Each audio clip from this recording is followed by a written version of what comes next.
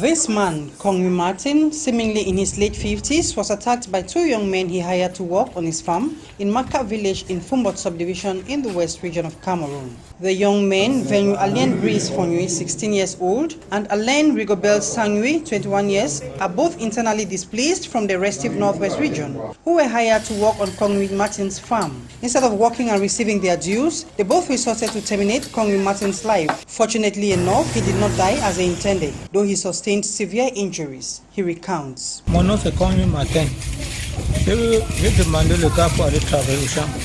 My name is Kong Martin. I hired the boys to work on my farm, and when I got to the farm, they were idling. I asked why they were not working, and they said the farm is too vast and they don't know the limit. And as I turned to leave, one of them hit me hard on my back with a machete, and as I turned around, the other also hit me on the head with a stick. Then I fell down. The victim further explained the attacker's reaction when he slumped and pretended to have died. When they hit me, I fell down unconscious and they thought I was dead. They took away my money worth 700,000 francs. It was a passerby who helped me to the hospital. While he is currently receiving medical attention in a private hospital in Fumbot, the two men who attempted to kill him have already been arrested and under custody at the police station in Fumbot. They will be taken to the military tribunal for justice to take its course.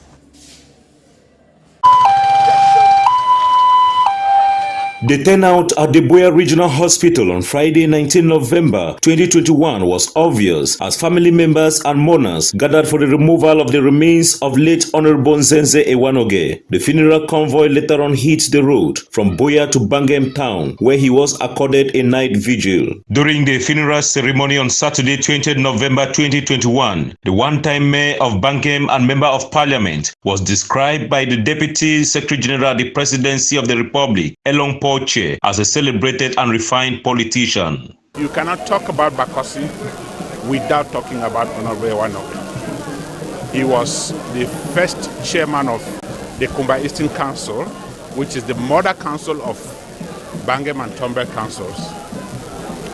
He was municipal administrator for Bangem Rural Council. He was mayor for Bangem Council.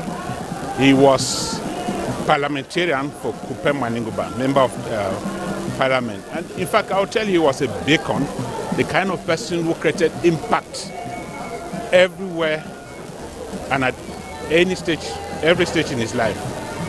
He's been a leader throughout. Even when he went to parliament, he was vice president of the National Assembly.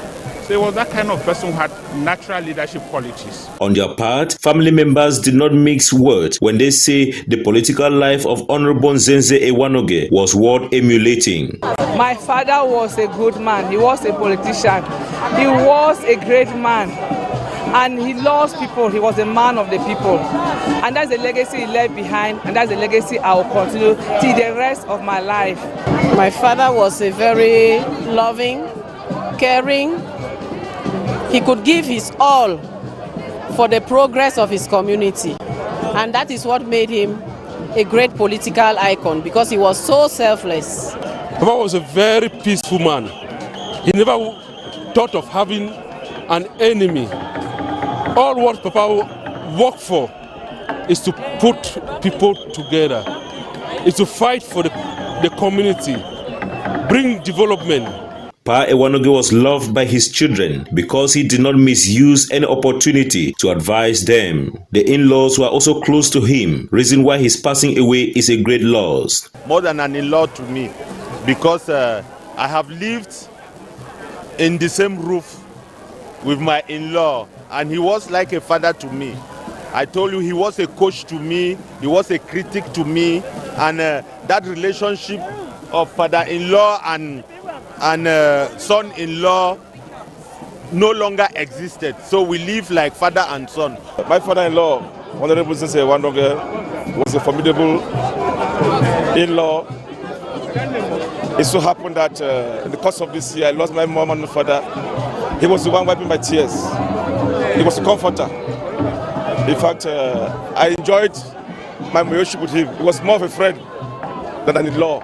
Honorable Nzenze Ewanoge lived from the 4th of August 1932 to the 4th of October 2021 and has been finally laid to rest at his home village in Mwambong, 17 kilometers from Bagem town. Women are generally considered as an indispensable factor for community development. It is for this reason that the Fanji Women Development and Cultural Association took the initiative to organize themselves into a well-structured national bureau for an effective delivery of developmental projects. We came to live there to set the pace for this our cultural group. Yes, that's the female wing of FATCA. As it goes, you know, women have emancipated, and it's time for us to also keep abreast the necessary innovations. That is why we are here today. Upon election, the first ever national bureau already has a handful of projects in the pipeline. We have to carry out projects. The projects will be in 3 phases: educational, financial projects, developmental projects. For educational, to encourage children who are going to school; financial, to make women to be able to produce more money, to make more money, so that they can be financially stable these difficult times in Cameroon. The Fanji women can equally count on the support of their men, as the #1 man in the community, the paramount ruler of Bafanji, pledged in his full support for the initiative and the valorization of their role in community development. Behind every successful man is a powerful man. Behind every successful organization is the presence of a successful women organization. That is why we are here today, to make sure that Bafanji, the Development and Cultural Association of Bafanji, should be complete, so that we should part and parcel on for every society that has development as its ultimate must involve women. The Fanji Women Development and Cultural Association calls on the entire population to rally behind them and set the pace for development in Bafanji.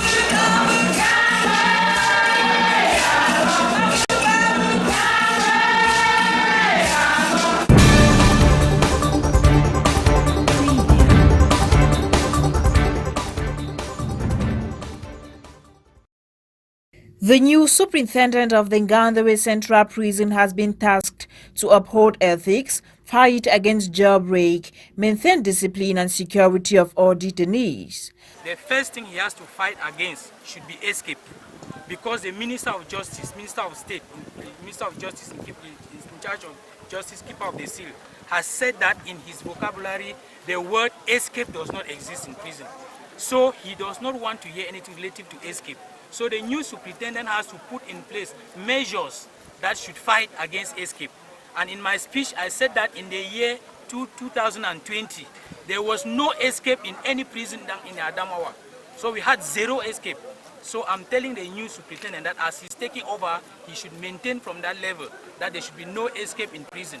Then I equally stress about the discipline of staff, because if you are taking over a prison which is working well, you should maintain that level. And those people to maintain that level are the staff.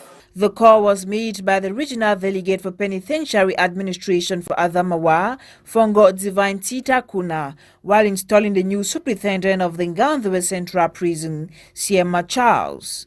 He was equally urged to fully collaborate with all administrative and local authorities in Ngandwe to make his mission successful. He should equally have collaboration with all the other services. There is a municipality, there are other delegations, youth and sports, there is a public health, national education, and so on.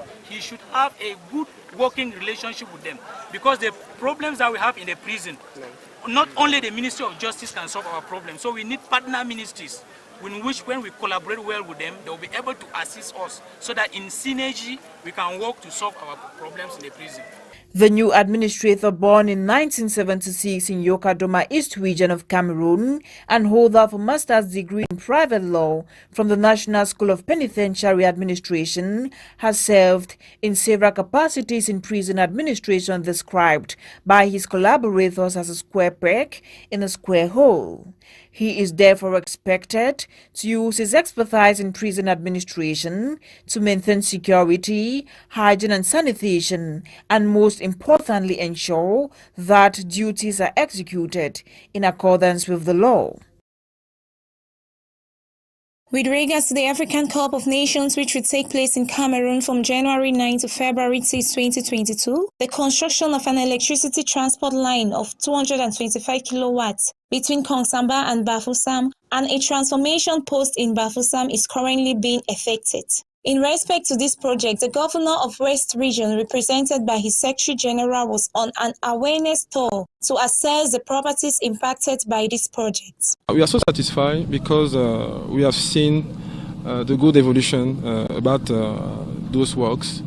We have also sensitized our population about this project.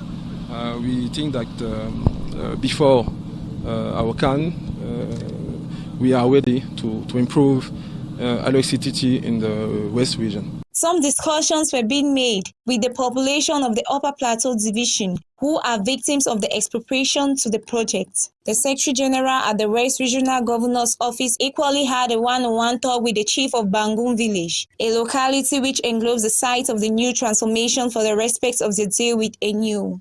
It should be noted that from the 23rd to the 30th of November, another delegation will visit the area to evaluate the different deviation and work already done. Mental and integral to my training process as a professional. They are 70 in number, all freshmen who have been enrolled into the first year of different departments of the Experiential Higher Institute of Science and Technology in Yaoundé.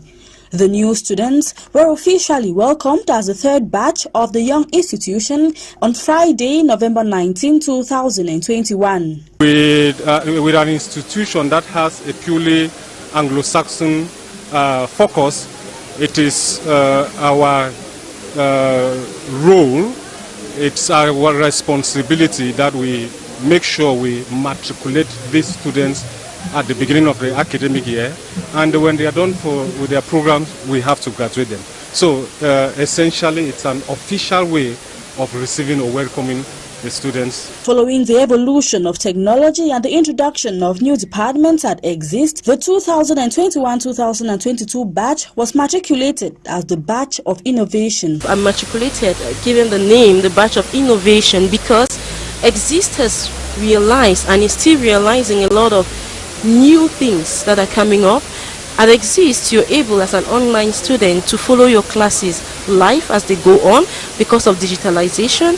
At Exist, we are open our doors to new options other than health sciences. At Exist, we have brought in the idea of fair elections for the student union. At Exist, we are hoping that we'll continue to grow with initiatives that will be coming up from the student union that has been installed today.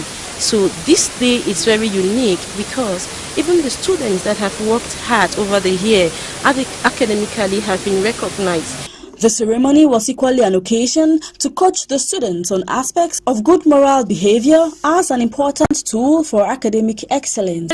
Morality plays a major role in academics. We are training healthcare professionals, we are training professionals to build. We want to build this country, and we cannot build without morality. Morality is the idea of being able to accept what is good and say no to what is bad. Morality is the idea of looking at the other person and respecting the dignity of that person and doing what is right. In encouraging our students to develop good moral behavior, we are saying that the student is not only supposed to achieve academic excellence. Academic excellence without morality will not be able to help the student to build. It will help the student instead to destroy. The highly animated matriculation ceremony as well witnessed the installation of the new Bureau of the Student Union of the institution. With songs and dance, the freshmen are officially part of Exist and are well ready for the 2021-2022 school year.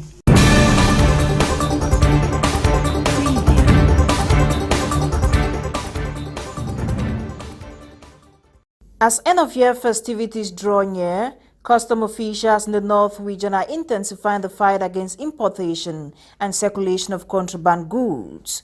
These officials have intercepted a truck transporting over 1,000 tons of cement illegally imported into Cameroon. During the operation led by Mufoju, the commander of Harkomi Zone 3, a starlet transporting yet to be disclosed goods was equally seized.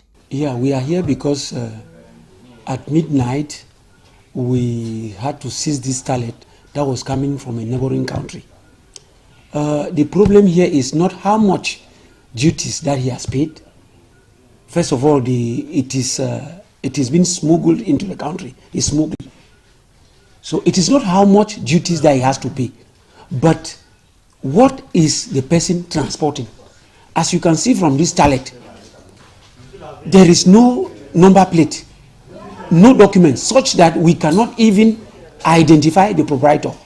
The commander of Harkomi Zone 3 operation further stated their mission is equally to protect Cameroonians. The security of Cameroonians.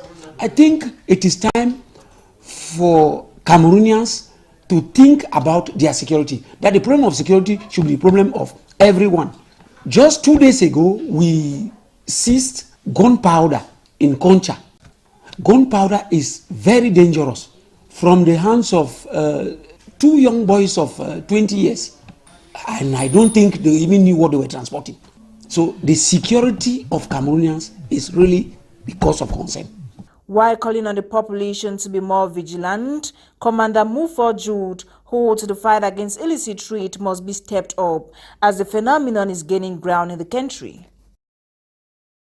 Pressmen from local and international media on Tuesday, November 23, 2021, took part in a press conference in Yaoundé, organized in prelude to the commemoration of the centenary of the ascension of Abdul Bahai. Where the 100th anniversary of the ascension of Abdul Bahai is organized all over the world, of course, and in Cameroon.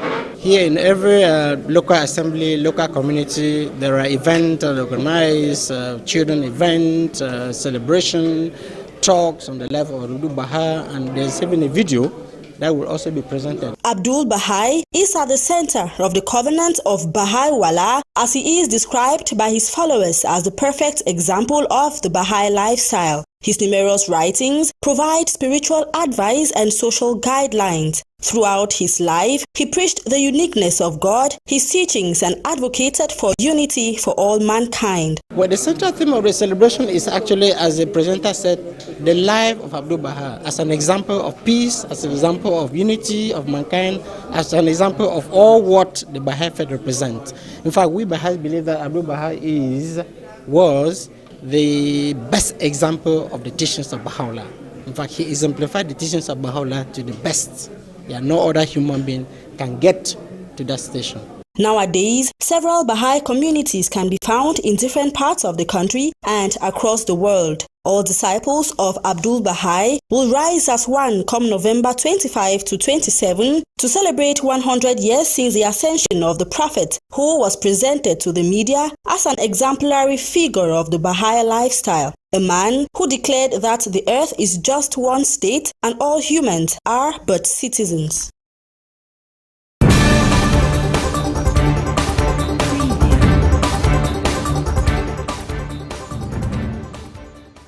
One of the fast-growing agricultural investment company in Cameroon, known as Tex Global, with objective of guaranteeing food security and ensuring financial freedom, has recently held its Investor Annual Summit for the year 2021. Agriculture, we do investment in agriculture, we get a community of people who come together to do business in agriculture and we distribute profit. So that's what we do in Tex Global.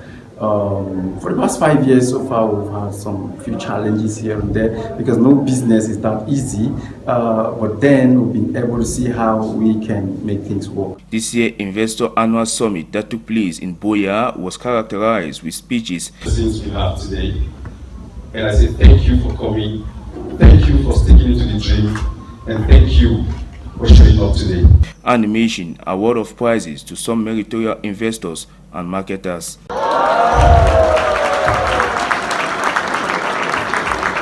And this is to encourage all other. The company that started some few years ago in Cameroon is today going international. We have a lot of things that God has set us to achieve, like we've had other companies springing up from Tex Global. We've had Tex Global expanding to other countries, 4 other countries as we speak, and then we'll have some amazing projects, a fish farm, poultry farm, piggery, cold store, bigger projects in agriculture coming that we have achieved so far, and then a lot of them in view. So in the past 5 years, God has been very faithful to us. This year's summit also witnessed donation of some agricultural equipment to some farmers so as to boost their agricultural productivity. The investors of Tex Global draw from all 10 regions of the country were all satisfied as they all joined their voices calling for more investors. 2 young men in Taib neighborhood in Bafoussam in the West region have been apprehended by the law enforcement officers for having allegedly killed their uncle in cold blood. Maurice Teller was murdered in a car by his nephews, who acted on a promise by a neighbor to offer them a car if they took away their uncle's life. The 2 young men, together with an accomplice, stabbed their uncle multiple times in the car with a knife and finally dragged him out of the car and hit his head with a stone, which finally sent him to his early grave. According to Victorine Sega, Brigade Commander of the Research Unit in Bafoussam, she was informed recently by an unknown informant of the death of Maurice Teller, and she immediately rallied her team to visit the scene where Teller's body was dumped. She recounts. I was informed by somebody that one man has been killed at around time. So I and my whole staff, we went there.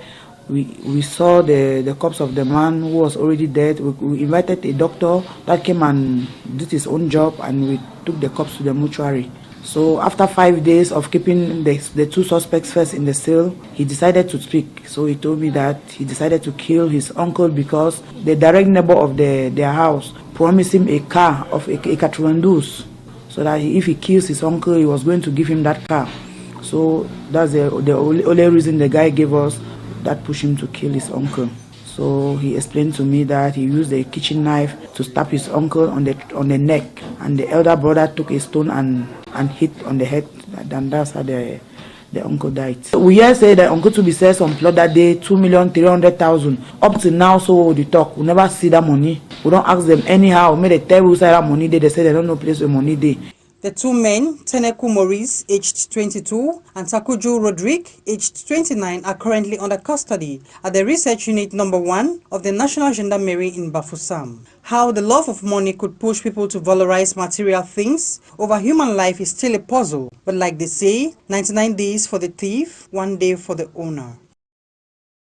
There was tension at the Bonamusadi market in Douala 5 subdivision, Littoral region of Cameroon this 25th day of November, after Douala City Council agents destroyed makeshift structures which practically occupied most parts of the road.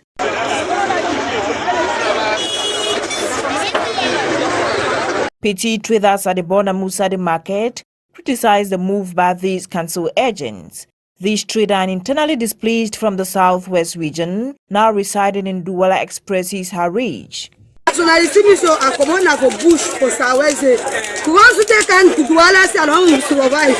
I don't show Douala na me this road. Na me this back for head. But the family them go my house to be there.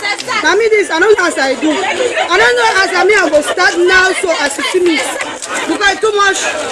You want to all we. They never tell me from mother. The one will come up give 150,000. 150,000. Who say me I get that? Do I say na borrow? Why borrow? I said if I give. The market is here so na borrow. Why borrow? I said if I give money. When not there we. Current season na suffer. When not there we. My family is there for my house. I'm here at the dinner with this market. They drive me go outside. According to council officials, the move is to clean the roadside path that leads to the Bonamusadi training pitch for the 2022 Afghan competition. Today is to liberate all the entrances that lead to the start. So we want the start to be cleaned, proper, so that if strangers come, they will not have difficulties entering the start. Even those who are maybe moving with their bikes, the pedestrians, to have a free passage to the start.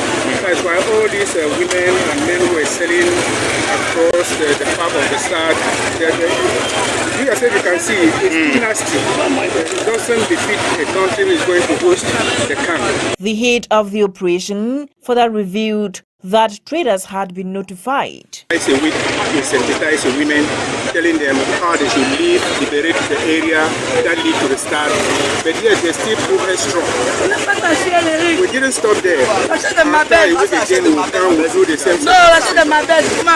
So we have done sensitization. So when they should not be surprised. They might be telling that we are keeping them by surprise. It's not by surprise, because we have done this sensitization at least twice a week, as I said. Armed with sledgehammers and other tools, the council workers destroyed and burned some of the structures. This is not the first time Douala City Council is embarking in such an exercise, but it is hoped this will be the last, coming at a time the country is preparing to host African competition come January 2022.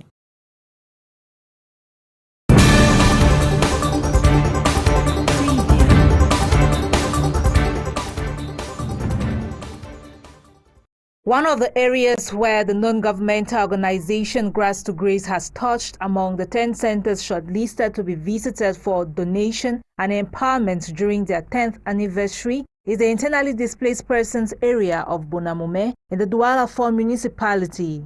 The team, made up of G2G members accompanied by their donor, Big Family Football Club Group, stormed the IDP's vicinity with a consignment of basic commodities worth some hundreds of thousands francs CFA, which consisted of bags of rice, salt, tomatoes, vegetable oil, soap, just to name but these. Speaking to My Media Prime TV, the coordinator of the IDPs in Bonamume village said it is extraordinary since they became IDPs to receive such a huge consignment of goods, as she thanks the donors, saying it is Christmas before the coming of our Savior Jesus Christ. I'm very, very happy with what Big Family has brought to us.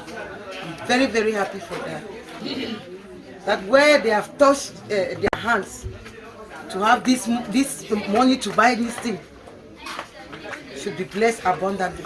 The CEO of the non-profit making organization G2G stood shoulders high, showing appreciation to the partners and donors. Bonamume is the second stronghold of IDPs in the littoral region after Pika 21, we decided to come here because it's a stronghold for IDPs and they live in a very deplorable conditions, and that's just one of the reasons why we came here. We thought that we could wipe tears and put smiles on your faces this festive season as we are celebrating our 10th anniversary. That's just the way Grass to Grace has chosen to celebrate its 10th anniversary, impacting, giving life to people, impacting the community. And we're also going to sponsor 15 IDP girls to learn a trade, that is they will have to do makeup, pedicure and manicure. So I'm elated, I'm happy. Representing the president of Big Family FC was Elvis Ngwa,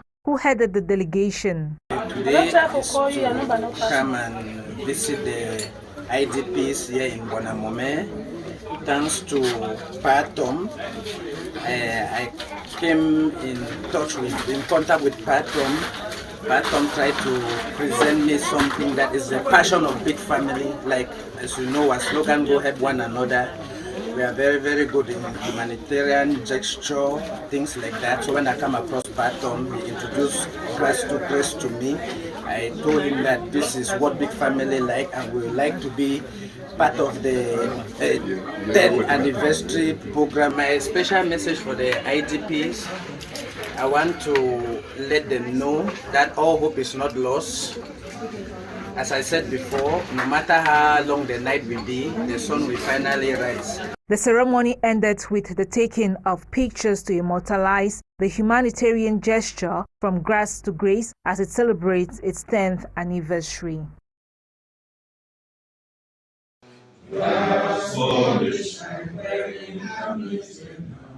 Councillors of the Fundong Council in Boyo Division in the Northwest region have adopted the council budget for 2022 fiscal year, which balances in revenue and expenditure at 946,370,000, making an increase of 5,799,208 francs, up from the budget of the current fiscal year 2021, registering a 0.61% increase. The session at the council chambers Fundong holding at a time the past 5 years, the Northwest region and Boyo division in particular is living in turbulence characterized by social unrest, killing, and wanton destruction of properties. Mayor Dennis Awu Ndang, mayor of the Fundong Council, said there is a glimmer of hope as the situation is improving for the people of the municipality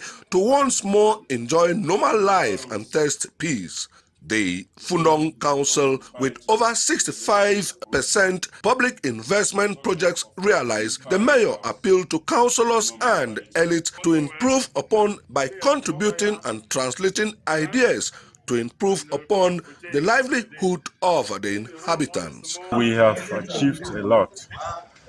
We are at more than 65% execution of public investment budget, which was not the case in 2020, 2019, and 2018. Gradually, the atmosphere is such that we can execute our projects. We already have in town the street lights that were to be installed. We have the solar electrification of our district hospital. We have the car already supplied that we were longing for 3 years. And we have electricity projects and water projects that have been received already.